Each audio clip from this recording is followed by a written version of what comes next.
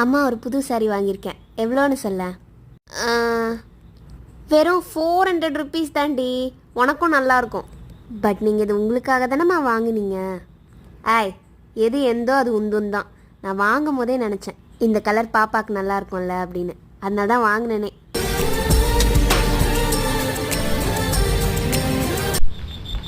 Work பண்ணுறியா? நான் இங்கே உட்காந்து காய் வெட்டவா? அப்படி என்னதான் உன்னோட HR நயன் பேசுகிறேன்னு நான் கேட்குறேன்.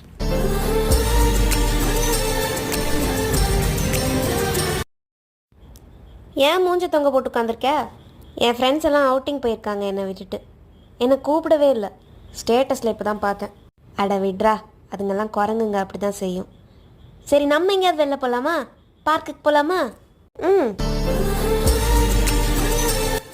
நீங்கள் அம்மாவாக கிடைச்சதே என்னோட லக்மா.